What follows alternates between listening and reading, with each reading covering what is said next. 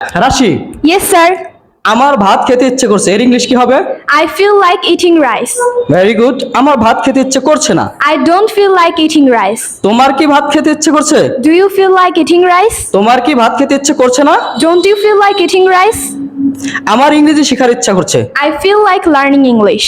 আমার কক্সবাজার ঘুরতে মন চাইছে। I feel like roaming around in Cox's Bazar. আমার পাখির মতো উড়তে ইচ্ছা করছে। I feel like flying like a bird.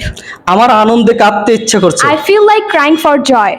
আমার আজ কোনো কিছুই ভালো লাগছে না। I don't feel like doing anything today. এক কথা বারবার বলতে ইচ্ছে করছে না। I don't feel like saying the same word time and again. আমার এক মুহূর্ত এখানে মন টিকছে না। I don't feel like staying any longer here. তোমাকে দেখে খুশিতে আমার নাচতে ইচ্ছে করছে। I feel like dancing to see you. তাহলে আমার কোনো কিছু করতে ইচ্ছে করছে, এটা রুলসটা কি হবে? Subject plus feel like plus verb এর সাথে ing plus extension.